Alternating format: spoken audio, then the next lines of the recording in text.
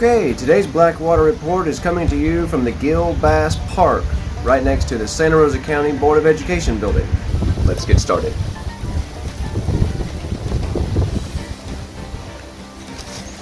Whoa.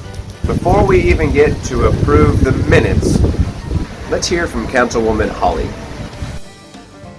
Before we go to the approval of the agenda for additional items, I'd like to recognize, at her request, Councilwoman Holly, who has a statement she'd like to make. Thank you, Madam Mayor. I know that Mr. Alan Lowry, there he is. If he could approach the podium for me, please. Mr. Lowry, I owe you a public apology, sir. I erred in my statement stating that you did not represent the City of Milton at TDC for 2 years. That was a mistake. I did not realize that in 17 that you had taken the year off. So, with the public apology, I'm asking for your forgiveness and hope that you will extend that. And I'm just glad that I did watch the video to remind me that you did not, that you had taken a leave of absence for a year in 2017. But it was not I did not mean to tarnish your reputation whatsoever, or to state that you did not do your due diligence as the TDC rep on this council. So again, I say I'm sorry, and I apologize publicly for that, and I hope that you will accept my apology. Apology accepted. I do appreciate you correcting your error. Thank you, sir. Okay, thank you. Councilwoman Holly, that was excellent.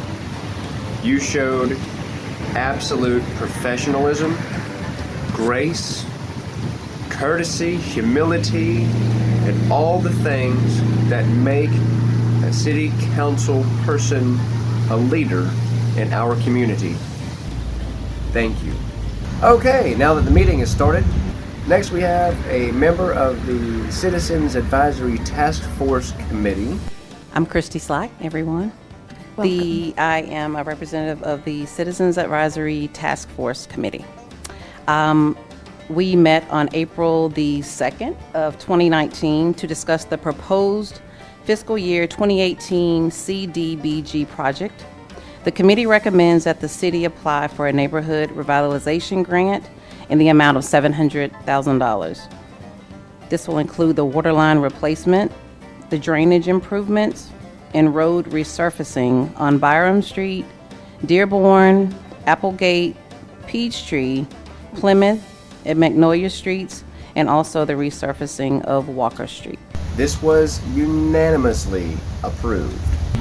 Next, we have the 4-lane resolution. So the representative of the Milton Merchants Association requests those who oppose the 4-lane to speak now. On behalf of the Milton Merchants Association, we wanted to indicate that we support the widening of Highway 90 as recommended, the route through downtown Milton, and we fully support that. We want to know and ask why each of the council members that are in opposition to it, why specifically they are in opposition to it, and would like for them to state that for us today. And they did. I like the walkability of our downtown, and I don't want it widened. I grew up here, been here all my life. I believe that what we have is worth preserving. And I like the small town feel, and I feel like that there's other options as far as controlling the traffic. I also am in favor of walkability. Widening will destroy the historic nature. We're also building up our event area, and I think this will cause problems with that as well. I personally support historic preservation.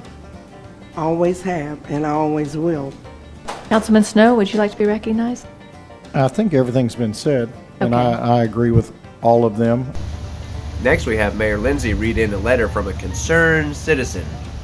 Let's watch. For the sake of the public, I'll read the letter. Dear Mayor Lindsay, Council, and City staff, tonight I'd like to present you with documentation of recent issues with MSM and its grant program that has come to light this past week. During the special MSM meeting, I brought to the Council's attention about the grant that MSM gave to the Corner Shack. In this grant, The Corner Shack asked for and received $700 for 2 steel doors to replace the existing bathroom doors.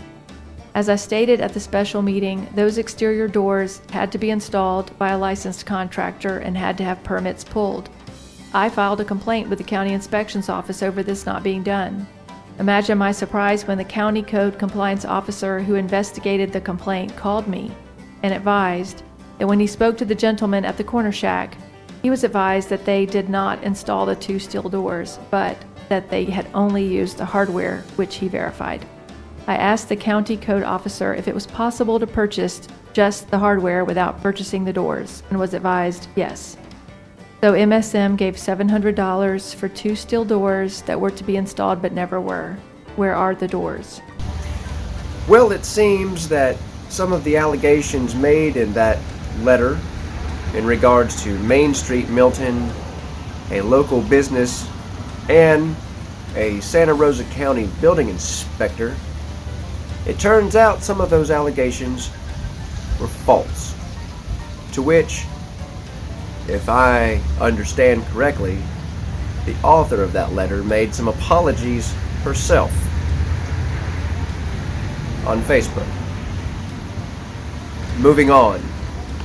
Next, Milton City Council is discussing with the Milton Historic Cemetery Group on ways that they can allocate funds toward the Kaiser Cemetery. I suggest you watch the meeting for more details on that. So I would like for us to put our heads together and come up with a way that we can help Kaiser Cemetery. Also, I'd like to congratulate Milton City Council on an 1.5-hour meeting. That was pretty good for getting through as much as you got through. Next, there was some discussion with the City Council. Right on the daggum board, huh? It's hard to record when the train's going by. Okay, the next meeting is on Thursday at the Committee of the Whole, so we'll see you there.